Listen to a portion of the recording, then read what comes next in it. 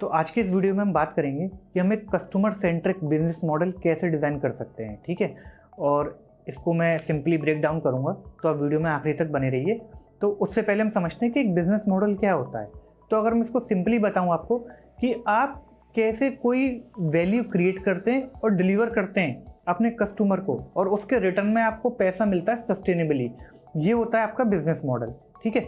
अब अगर मैं देखूं कि एक बिजनेस मॉडल आपको एक कैसे कॉम्पिटिटिव एज दे सकता है मार्केट में, ठीक है, आप कैसे एक डिसरप्टिव बिजनेस मॉडल बना सकते हैं, तो इसके ना एक 4 पॉइंट हैं। अगर मैं आपको बताऊं तो सबसे पहला है कि change the game, number second rewrite the rules, और अगर मैं नंबर थर्ड की बात करूं तो कॉज एन इनोवेटर डायलेमा, और नंबर फोर्थ है be disruptive as your technology.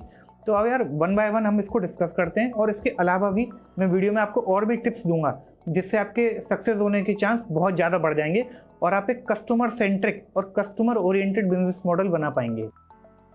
तो यार अगर मैं पहले पॉइंट की बात करूं तो वो है चेंज द गेम। इसमें क्या होता है कि by offering something radically new to the market, मतलब आपने मार्केट में कुछ नया ही ऑफर कर दिया, ठीक है।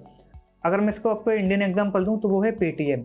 अगर आप देखोगे पेटीएम से पहले तो हमारे यहाँ पे पेमेंट मेथड क्या था, सबसे ज़्यादा डोमिनेंट था कैश ऑन डिलीवरी, और कुछ ही ऑनलाइन पेमेंट गेटवे थे जिससे हम ऑनलाइन पेमेंट कर पाते थे, ठीक है। लेकिन पेटीएम ने इसको बहुत ही ईजिली सॉल्व करा और एक रेवोल्यूशन लाया ऑनलाइन पेमेंट में इंडिया में, ठीक है। इसमें क्या था कि भाई उन्होंने कॉमन मैन से लेके बड़ा आदमी हर किसी को एक मोबाइल वॉलेट दिया पेमेंट करने के लिए और एक्सेस करने के लिए। सिंपली क्यूआर के थ्रू आप पेमेंट कर सकते हैं, ठीक है। और देखोगे इसका इम्पैक्ट यार छोटे से छोटे शहर से लेके टियर 2 टियर 3 सिटीज़ तक में भी पड़ा। तो यार ये ना एक रेवोल्यूशन था कि उन्होंने गेम ही चेंज कर दिया। तो एक मेथड ये है। तो यार नंबर सेकंड है रीराइट द रूल्स। इसमें क्या होता है कि आपने रीडिफाइन ही कर दिया कि कोई भी एंटायर इंडस्ट्री कैसे वर्क कर रही है, ये आपने एस्टेब्लिश्ड नॉर्म्स को ही पलट दिया कि जो बने बनाए ट्रेडिशनल बिजनेस है वो, मतलब आपने उनको ही चेंज कर दिया। इसका परफेक्ट एग्जांपल है जोमेटो और उनकी फूड डिलीवरी, ठीक है। आप देखोगे जोमेटो ने क्या करा यार, एक अच्छा यूज़र एक्सपीरियंस दिया। रेस्टोरेंट ढूंढने से लेकर आप फूड भी ऑर्डर कर सकते हो, रिव्यू भी कर सकते हो, और एक परफेक्ट डाइनिंग एक्सपीरियंस भी ले सकते हो। और अगर आप देखोगे तो जोमेटो का इम्पैक्ट ये पड़ा कि भाई उन्होंने ट्रेडिशनल बिजनेस को भी फोर्स करा इनोवेट करने के लिए, उनके मेन्यू को डिजिटलाइज करा और उनको एक्सेस दिया अपने आप को आगे बढ़ने के लिए और अपने बिजनेस को ग्रोथ करने के लिए। तो तीसरा पॉइंट है कॉज एन इनोवेटर डायलेमा। इसमें क्या होता है कि जो एस्टेब्लिश्ड प्लेयर हैं आपने उनको ही ऑब्सोल्यूट कर दिया कुछ नया इनोवेट करके। अगर उन्होंने अपने आप को इनोवेट नहीं करा तो उनका पूरा मार्केट ही, या मैं बोलूँ उनका पूरा बिजनेस ही ठप पड़ जाएगा। इसका परफेक्ट एग्जाम्पल है ओला और ट्रेडिशनल टैक्सी ड्राइवर। तो यार अगर आप देखोगे तो जो पहले ट्रेडिशनल टैक्सीज थी इनके साथ क्या था यार, इनके अनफेयर चार्जेस थे, अनरिलायबल सर्विस थी। लेकिन ओला ने एक मॉडल लॉन्च करा जिसमें क्या था कि एक डायनेमिक प्राइसिंग थी और ऐप बेस्ड बुकिंग थी, जिसने क्या करा कि पूरा मार्केट ही डिसरप्ट कर दिया। अब इसमें क्या है कि जो एस्टेब्लिश प्लेयर है अगर उन्होंने अपने आप को इनोवेट नहीं करा, इस टेक्नोलॉजी को अडॉप्ट नहीं करा, तो उनका बिजनेस अपने आप ठप पड़ जाएगा। एग्जाम्पल दूँ तो मेरू और सवारी, इन्होंने भी अपना एक मॉडल लॉन्च करा ओला की तरह, तो ये लोग सर्वाइव कर गए। लेकिन जो ट्रेडिशनल टैक्सी ड्राइवर थे उन्होंने क्या करा, वो ओला पे ही स्विच कर गए। तो आपने एक जो एस्टेब्लिश प्लेयर है ना उनके अंदर एक डिलेमा ही प्रोड्यूस कर दिया कि भाई आपको इनोवेट करना ही पड़ेगा, और नहीं कर पाए तो पूरा बिजनेस डिसरप्ट हो जाएगा। और यार चौथा पॉइंट है be disruptive as a technology.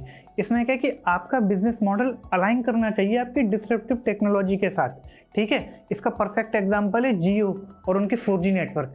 अगर आप देखोगे तो जियो ने क्या करा, एक हाई इंफ्रास्ट्रक्चर इन्वेस्टमेंट के साथ और एक इनोवेटिव प्राइसिंग के साथ अपने इंटरनेट को लॉन्च करा, 4G इंटरनेट को।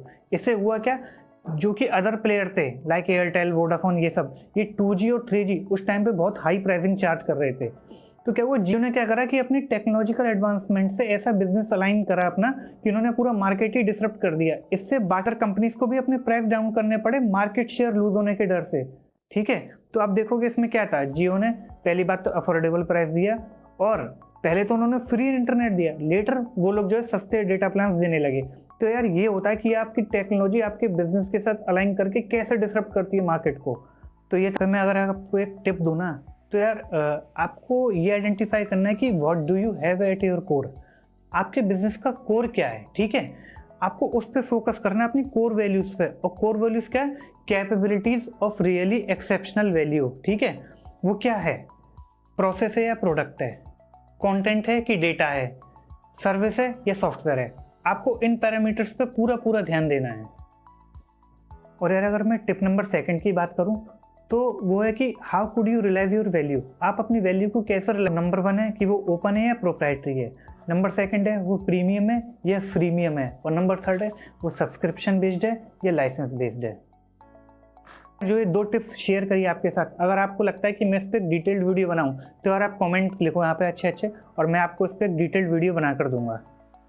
तो यार अब अपन डिस्कस करते हैं टाइप्स ऑफ बिजनेस मॉडल, ठीक है। तो यार सबसे पहला कस्टमर वैल्यू प्रपोजिशन। इसमें क्या होता है कि आपको एक कोई यूनिक प्रॉब्लम फाइंड आउट करनी है और उसके बदले में आपको वैल्यू डिलीवर करनी है। तो इससे क्या होगा कि आप अपने कॉम्पिटिटर से अलग ही स्टैंड आउट करोगे। अगर मैं आपको इसका एग्जांपल दूं तो वो है ओला ने ये आइडेंटिफाई कर लिया कि उनको affordable on demand public transportation चाहिए, ठीक है, जो कि रिलायबल हो। लेकिन उस समय पे आप देखोगे ट्रेडिशनल टैक्सी और पब्लिक ट्रांसपोर्ट सबसे ज़्यादा अनरिलायबल थे। अगर आप देखोगे इनकी स्ट्रेटजी तो उन्होंने मेनली 3 चीज़ पे फोकस करा, अफोर्डेबिलिटी, रिलायबिलिटी और सबसे बड़ी बात सेफ्टी एंड ट्रस्ट। सेकेंड है कैश फ्लो फॉर्मूला। तो इसमें क्या है, जैसे आप स्विगी को ले लो तो स्विगी क्या है, ये एक इंटरमीडिएटरी है किसके बीच में, रेस्टोरेंट के बीच में और कस्टमर के बीच में। इनका फंक्शन तो आपको पता है कि फूड डिलीवर करते हैं। अगर आप देखोगे तो इनका जो कैश फ्लो फॉर्मूला का जो ऑपरेशन है वो केवल 2 फैक्टर पे चलता है, पहला रेवेन्यू स्ट्रीम, दूसरा इनका ऑपरेशनल कॉस्ट।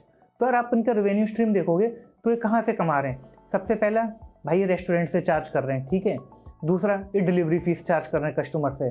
तीसरा ये प्रमोशनल और एडवर्टाइजमेंट इससे भी कमाते हैं, ठीक है। अब आप आ जाओ इनके ऑपरेशनल कॉस्ट। तो यार आप देख रहे हो लॉजिस्टिक और डिलीवरी इनका चार्ज हो गया इनका। दूसरी सेकंड चीज़ इनकी आईटी और इंफ्रास्ट्रक्चर, और तीसरा कस्टमर सपोर्ट और मार्केटिंग। तो यार अगर आपको नेट कैश फ्लो फॉर्मूला निकालना है ना तो आप रेवेन्यू स्ट्रीम में से ऑपरेशनल कॉस्ट को माइनस कर दोगे ना तो आपको वो चीज़ मिल जाएगी। तो ये होता है अपना सेकंड टाइप का बिजनेस मॉडल। तीसरा है टेक्नोलॉजी ऑपरेटिंग मॉडल। इसे यूज़ करोगे अपने मेन स्ट्रीमलाइन ऑपरेशंस के लिए और अपने कस्टमर को ना एक हाई क्वालिटी यूज़र एक्सपीरियंस दोगे, ठीक है। अगर मैं इसको आपका एग्जांपल दूँ ना तो Flipkart, India first leading e commerce platform, जिन्होंने अपने कस्टमर्स को एक हाईली यूज़र इंटरफेस दिया और एक शॉपिंग का एक नया एक्सपीरियंस दिया और अर्बन से लेकर रूरल एरिया तक हाई वैल्यू उनको डिलीवर करी फ्लिपकार्ट ने, ठीक है। अगर आप इनकी स्ट्रेटजी देखोगे तो सिंपल ये 4 फैक्टर पर डिपेंड करती है। डेटा ड्रिवन कस्टमर इनसाइट, इसमें क्या है यार, इनको सब पता है कि भाई कंज्यूमर बाइंग बिहेवियर क्या है, उसकी प्रेफरेंसेस क्या है, उसकी चॉइस क्या है, उसके अकॉर्डिंग ये ऑपरेट करते हैं, ठीक है। इनको सब पता है, ये सारा बिहेवियर जानते हैं, सारा बाइंग बिहेवियर जानते हैं अपने कस्टमर्स का। नंबर 2 यार इन हाउस लॉजिस्टिक्स, आपको पता ही है जैसे कि ई कार्ट, यार इनके अपने खुद के वेयर हाउस है जो बहुत ही फुली फंक्शनली एडवांस ऑपरेशन करते हैं, ठीक है अपना, और रूरल से लेके अर्बन एरिया तक एकदम हाई क्वालिटी डिलीवर करते हैं, ठीक है। नंबर 3 यार इसके लेवल क्लाउड इंफ्रास्ट्रक्चर।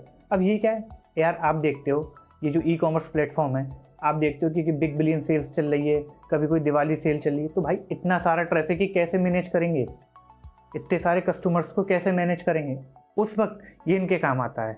था यार कस्टमर सपोर्ट टेक्नोलॉजी, यार देखो ना इनकी टेक्नोलॉजी जैसे एआई, इनका अपना खुद का चैट बॉक्स, अगर कोई भी कस्टमर को कोई भी क्वेरी है तो डायरेक्ट चैट बॉक्स से बात कर सकता है, वहाँ से ऑटो सजेस्ट मैसेज उसको अपने आप आ जाएंगे। तो यार ये थे सारे बिजनेस मॉडल, और अगर आपको वीडियो अच्छा लगा हो तो यार कमेंट करो और मिलते हैं अपन नेक्स्ट वीडियो में।